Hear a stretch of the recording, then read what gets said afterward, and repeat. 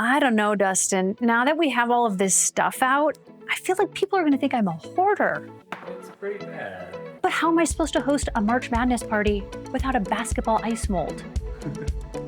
All right, fine. Maybe I have a gadget addiction, but as a professional chef, it's totally justified. So here are the top 4 kitchen gadgets I actually use on the regular. 4 words, cylindrical ice cream scoop. Now, I'm a kid of the 80s, so I grew up eating ice cream from Rite Aid drugstores. But I swear that ice cream just tasted better because it didn't come in a round circle, it came in a cylinder. And now you can own the scoop. All you have to do is push the scoop down into your favorite carton of ice cream and then use this little lever to push it out. You could do it onto a cone, into a bowl, or in my house, ice cream cookie sandwiches are like a top 3 dessert. So we're gonna use it to make cookie ice cream sandwiches. These are my soft and chewy chocolate chipless cookies. So it's cookie on one side with a hard cracked chocolate bottom. Much more on this to come. Make sure you push all the way down, and then I like to give a little twist to make sure that ice cream is in the scoop, and then pull out. Voila. Now we're gonna invert our cookie and stamp out our ice cream. And just like that, you have a perfect scoop of ice cream for your ice cream sandwiches. Add our second cookie on top. Chocolate's a little slippery, so I'm gonna pop this into some plastic wrap. We're gonna let it freeze till solid, and then of course, we're gonna coat it in some sprinkles.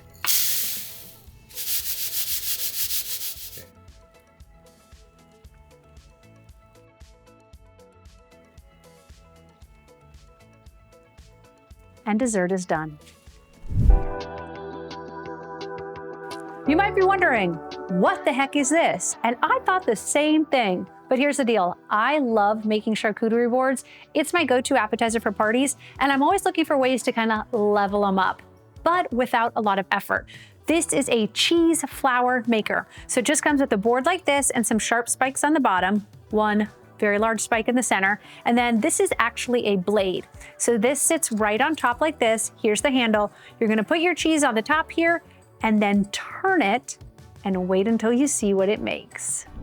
This is called tête de moine. Now I'm 100% saying that wrong, so help me out in the comments and let me know the pronunciation. This is a very hard block of cheese. We're gonna remove the top rind and then attach it to our flour maker. I'm gonna remove the blade here, and then the center of the cheese goes right through the center of the spike. That is as satisfying as it looks. We're starting with a fresh wheel, so we're gonna put this on top and then just start turning.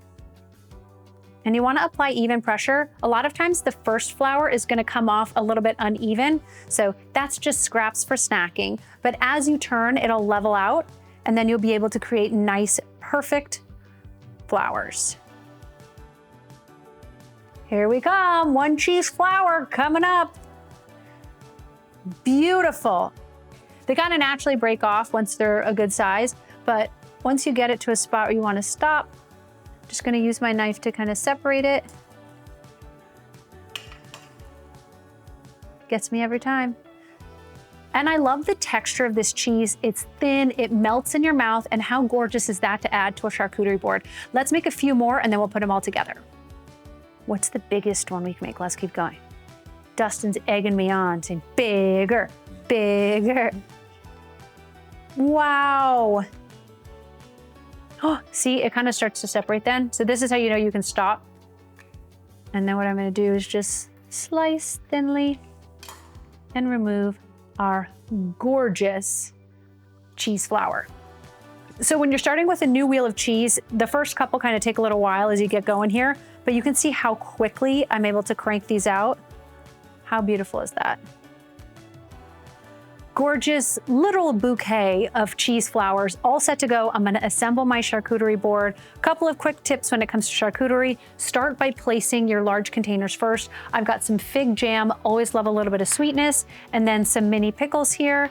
That is not the real name. There's a French gherkin or something else, cornichon, if you will. I don't know where I got gherkin from. Anyways, we're gonna balance out the board. I'm gonna go in first with my largest cheese. So I've got my Port Salut, and then I've just got some sharp cheddar here.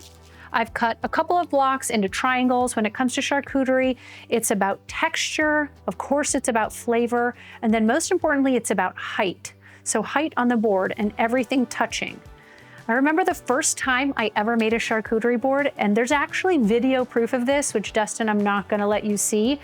I did this charcuterie board lesson, and there was like one cheese here, one cheese here. It was the saddest looking charcuterie board I've ever seen in my life. But turns out 17 years of practice later, quite literally, and here we are.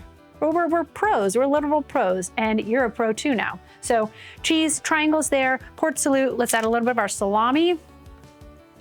And again, everything touching, make the board look nice and full. And then let's go in with our cheese cubes as well. Oh, I forgot my crackers. Dustin! These are those Rain Coast crisps. I'm obsessed with these. These are my husband's favorite thing in the world on charcuterie. This is the cranberry and hazelnut one. These are so good. They're crunchy, but then they've got a lot of texture of them too. Just kind of lay those in there. And then our flowers are gonna quite literally be edible decor. So what's nice about these is this cheese introduces another flavor, another texture, and most importantly, in this situation, another appearance. So I'm gonna grab a couple of my flowers here and just kind of lay them around the board. Don't these look insane? Look at this texture. That right there is how you elevate any cheese board in mere seconds.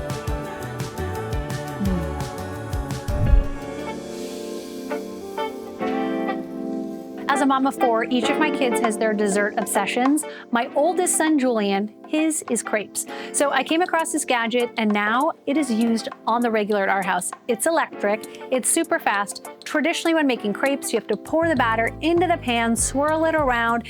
It's really finicky. You have to have the pan the perfect temperature, the batter the perfect thickness. It's just a lot. We're saving time. This is incredibly efficient, but more importantly, it's consistent. And we love consistency. So I've got my crepe batter here. I just whipped this up in my blender and this recipe is on Just a Taste. And then I'm plugging in this griddle and then we're gonna let it preheat. This thing gets hot, so be careful. It comes with this nice little shallow bowl here, dishwasher safe, another win. Crepe batter goes right into the dish. And it's just eggs, flour, sugar, your basic crepe batter. Once this is hot, wait for the most satisfying thing ever. You're gonna press this down into your crepe batter. Now, as somebody who has used this, I don't know, 2.7 billion times, there are some tips and tricks to guarantee perfect results. This is nonstick, so the batter's gonna naturally release from it once it's done cooking. So once you press down, move it around a little bit, but tip number 2, don't let the batter seep onto the edges or it gets stuck at this part here that's not nonstick. Do these things and then you won't have to waste time doing it. So here we go. Instant sizzle, incredibly satisfying, straight down. Okay, I'm rotating around. And then what I do is pick up a little bit and then back down one more time. Rotate, rotate, rotate, and then invert. Beautiful. Now, you're never gonna not have holes like this. Let me tell you, I have made hundreds, if not thousands of crepes with this thing.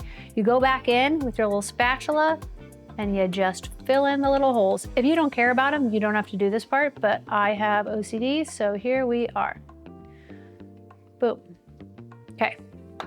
And it took me a while thinking like I was using this wrong because it always had like a hole in the middle, but it's just the air pocket that when you push it down into the batter, it pops up and that's what you have. So you're gonna see the batter is starting to cook all the way around, steam's coming off. You can see I did not pass over the nonstick edge. It'll take about a minute to cook, depending on the thickness of your batter. And then you're gonna use your spatula just like this and kind of loosen around the edges. Under we go, and then a quick flip. Back in the center, and you're done. It only needs to cook about another 15 seconds because you've basically cooked it about 80% of the way through on the first side. And then I have a baking sheet here that I've lined with some wax paper. I'm gonna slide the crepe right out onto the paper, and then we'll go for our next one. How good does that look? You are dying to tell me how good that looks. I knew it. Doesn't that look good? Okay, here we go again, ready? See, I could stand here and do this all day because it's so satisfying and that's the result you get. And you're not swirling the batter around and all that. Okay, so remember all the tips we went through. Push it down.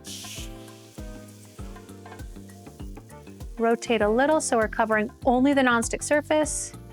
Pick it up, put it back down a second time, up and over. That one was even better than the first. Okay, now, what did I tell you? There's gonna be one dot always, but you can see on the top here, you see how those bubbles are instantly forming? It's cooking so quickly. Boop.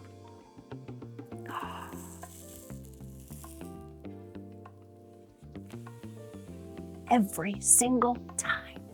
Let's crank out one more, mostly because I'm addicted to doing this. And then as your batter gets lower, you're just gonna pour in a little bit more. You wanna keep this full enough so that you actually get a full coating of the batter on the Gadget.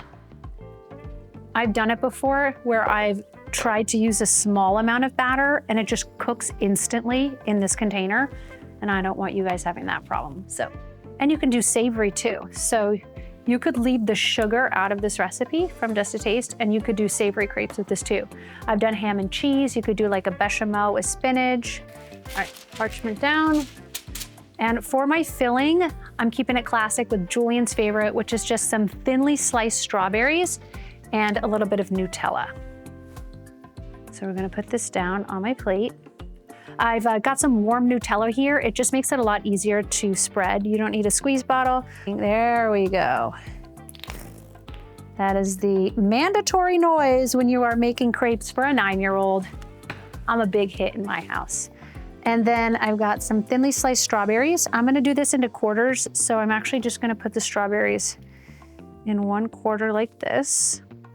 We want the Nutella in all of it, and the strawberries just in part. Now we're gonna fold in half.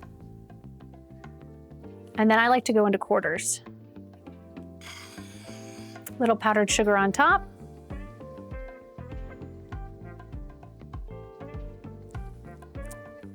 I don't have a fork. I'm in a dead sprint for a fork. I'm so excited. Oh my gosh. Whoa. Oh my gosh. Dustin wishes he had a bite.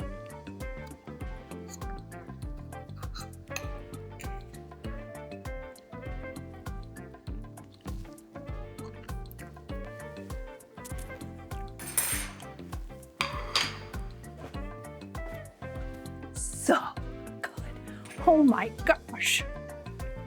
I gotta be honest, this is all in, like start to finish. The batter takes less than 5 minutes. You just chuck some eggs and flour and sugar in a blender. That took, what, 2 minutes? A 7-minute dessert? Say no more. Corn on the cob? Not in my house. My kids and my husband will only eat corn if it's off the cob. Now you could use a knife, but why when it's even easier with this corn stripper tool? You cannot use stripper in the title, got it? Now this tool works great on boiled corn, which I have here. You could also do it on blistered corn, and I've even used it on raw corn. So you don't even need to cook it in order for this thing to strip the kernels from it. Now today we're gonna use it for my elote pasta salad, which I've made this delicious sour cream, tangy lime, cumin dressing mix. Got some red onion, cotija cheese, and then my ditalini pasta. This recipe you can find over on Just a Taste. I'm gonna start by adding my noodles to the bowl. Then the red onion, some chopped fresh chives, a little bit of cotija cheese. We'll save the rest for the top. And then that mixture. So this dressing here is essentially what you would put on corn if you were making traditional Mexican elote. It's that sour cream, mayo, cumin, lime mixture. It's just got all the flavor in it, but I've just turned it into a dressing. So it's a little bit thick, but the hot corn is gonna help melt the dressing and really make the salad come together. So we'll just put a dollop of that. And now for the main event. You'll notice that the Gadget has a jagged side with the metal teeth here, and then a straight side. You wanna make sure when you're inserting the corn, it's going in first through the side with the jagged teeth, because that's what's gonna push into the kernels and help pop them off. So I'm gonna start here with my corn, and then I'm gonna go straight into the bowl and just turn. It's almost too easy. I mean, did you think it was gonna be that easy? No. Isn't that crazy? I'm applying just light pressure, and you can see just how perfectly, I mean, The reason I love this tool so much is I feel like when I use a knife, I'm really not getting as much of the corn off of it, and then you're gonna go to the other side and just pull through. And so it's really kind of wasting a lot of that delicious corn flavor. But if that's not a stripped corn cob, I don't know what is. Is that not wild? I mean, this is why these are genuinely the gadgets that I use all the time, because they actually work. So let's do it one more time. But you guys can see in terms of stripping, my knife would never. Would never. I mean, that is like a work of art.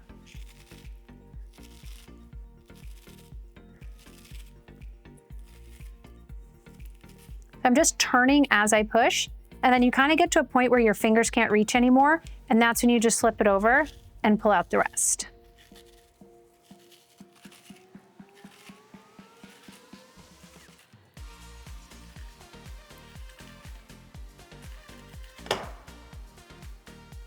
It's as easy as that. A little extra lime on top.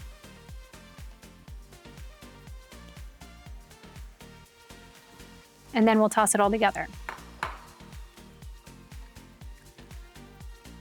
It looks so good and it smells so good.